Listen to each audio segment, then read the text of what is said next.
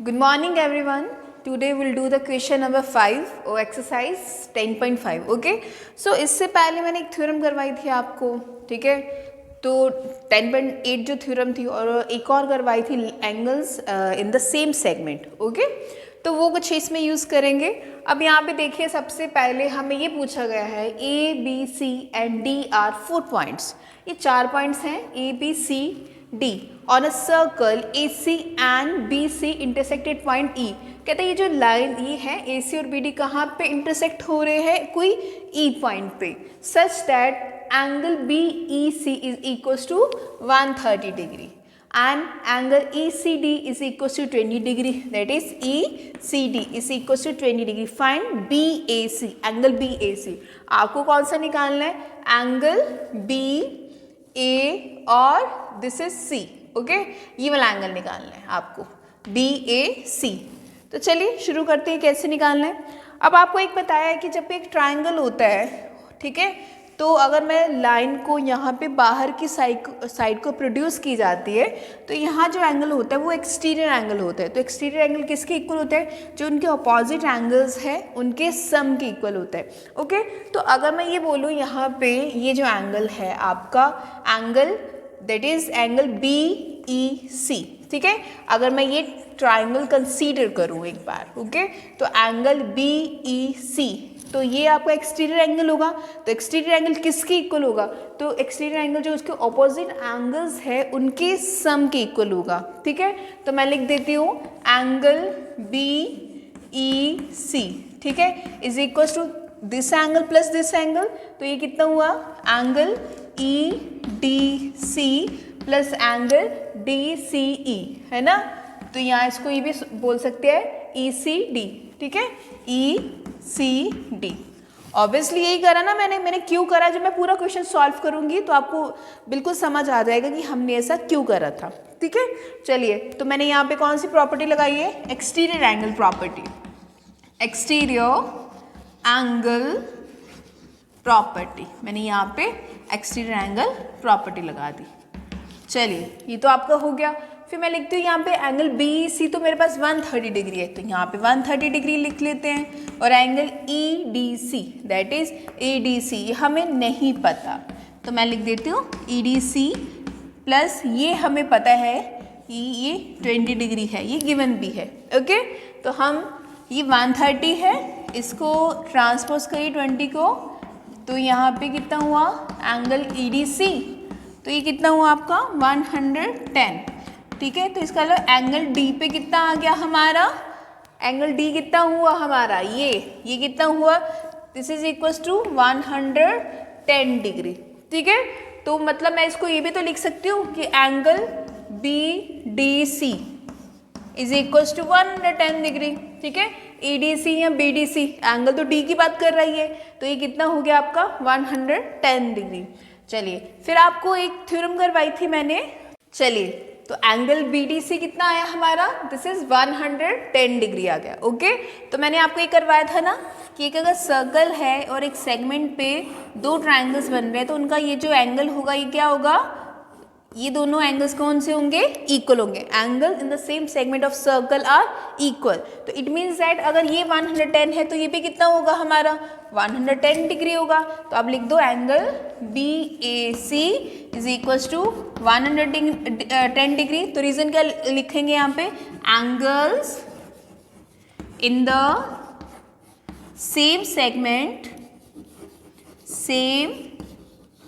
Segment of circle are equal. ठीक है. ये थ्योरम थी आपने उसमें, तो ये आपको यही तो निकालना था ना एंगल BAC.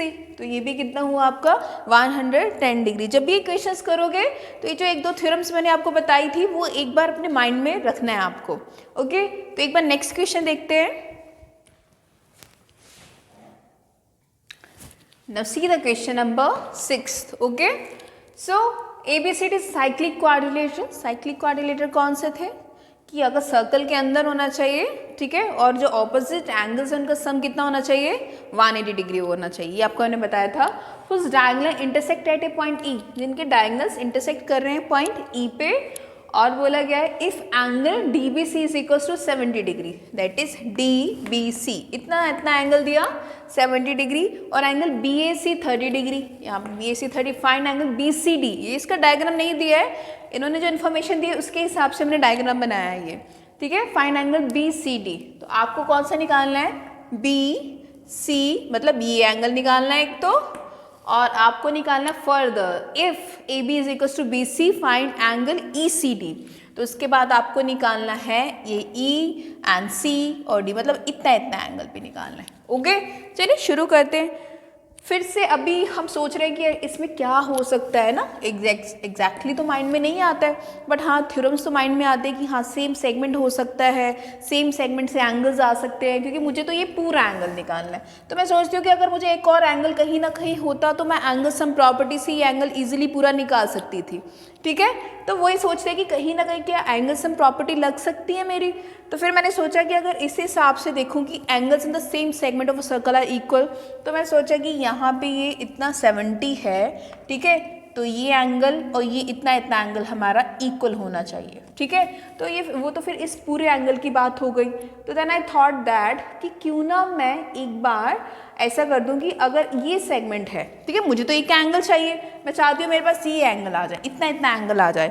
तो मैं कहती हूँ यहाँ पे कि अगर ये बी सी को बेस लेती हूँ, ठीक है, तो एक ये ट्रायंगल बन रहा है और एक ये ट्रायंगल बन रहा है, ये 30 है, तो इतना इतना भी कितना होगा 30 डिग्री, एंगल्स होना सेम सेगमेंट, समझ आया। अगर मैं बी सी को एज अ बेस लेके जाती हूँ तो ये देखो ये एक ट्रायंगल बन रहा है, ये एंगल, और इधर ये ट्रायंगल बन रहा है, ये एंगल, ये दोनों इक्वल होंगे, angles the same segment of circle are equal. तो इसलिए हम यहाँ पे लिखेंगे एंगल सी, यहाँ पे एंगल दिया है आपको B A C, angle B A C कितना है आपके पास इज इक्वल टू 30 डिग्री।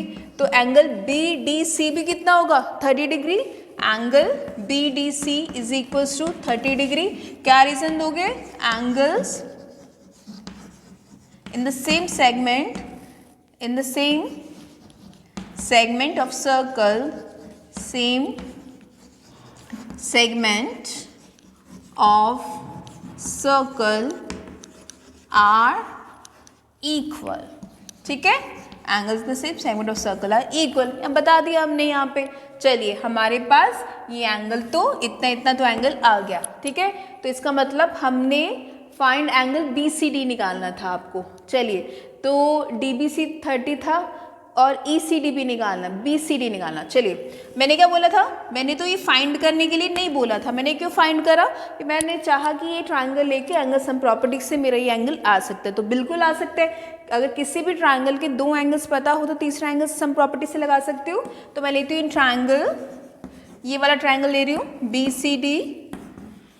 चलिए, यहाँ पे कौन कौन से एंगल है, angle D B C plus angle B C D plus angle C D B, यही हुआ angle C D B, yes, is equals to 180 degree by angle sum property, ठीक है। अब आपके पास डी बी सी कितना दिया है, that is D B C 70 दिया है, ये गिवन है। एंगल बी सी डी आपको नहीं पता, तो एंगल एज इट इज रखेंगे, और C D B that is C D B, ये आपको 30 डिग्री अभी जस्ट आपने फाइंड किया था, यहाँ पे करा था ना फाइंड। चलिए, अब ये कितना हुआ 180 डिग्री, तो यहाँ पे 70 प्लस 30, तो ये कितना हुआ 100, या और ये कितना हुआ plus angle B C D is equals to 180 degree. तो ये एंगल बी सी डी कितना हुआ हमारा इज इक्वल्स टू 180 माइनस 100, तो एंगल बी सी डी हमारे पास आता है 80 डिग्री, ठीक है। ये पूरा एंगल, ये पूरे एंगल की बात हो रही है, ठीक है। ये कितना हमारे पास आता है 80 डिग्री आता है।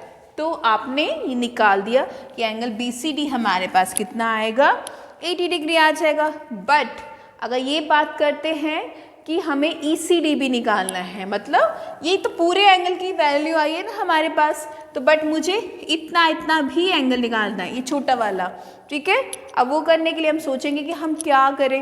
हाँ, फिर हम देखते हैं कि गिवन में ये दिया है कि AB और BC इक्वल है, मतलब AB ये और ये इक्वल है, तो हम यहाँ पे लिखते हैं AB is equals to BC, ठीक है। अब यहाँ पे AB is equals to BC, तो अगर दो अपोजिट साइड्स इक्वल होते हैं, उनके अपोजिट एंगल्स भी क्या होते हैं, इक्वल होते हैं, ठीक है। तो यहाँ पे इसका मतलब angle ABC, so it means that angle ABC is equals to angle AC, that is ACA, sorry that is BCA। तो हमने यहाँ पे क्या लिखा कि अगर AB और BC इक्वल है तो उनके जो ऑपोजिट एंगल्स है वो भी इक्वल होंगे। तो यहाँ पे लिख दिया angles opposite to equal sides of a triangle are equal, बहुत बार बता चुकी हूँ मैं आपको। चलिए, तो इसका मतलब हमारे पास एंगल ABC और BCA दोनों कितने हुए, एंगल दिस इज सॉरी यहाँ पे कितना था आपका, AB is equals to BC, तो BCA यहाँ पे मैंने गलत लिख दिया, या ठीक है, यहाँ पे BCA हो गया और यहाँ पे कितना हुआ BAC, तो यहाँ पे आप यहाँ पे BAC लिख दीजिए, ओके। तो ये दोनों कितने हुए हमारे पास, 30 डिग्री हो गए, ठीक है, दोनों की वैल्यू 30 डिग्री हो गई। तो इट मीन्स दैट इतना इतना इतना इतना कितना आया हमारे पास, 30 डिग्री हुआ ना।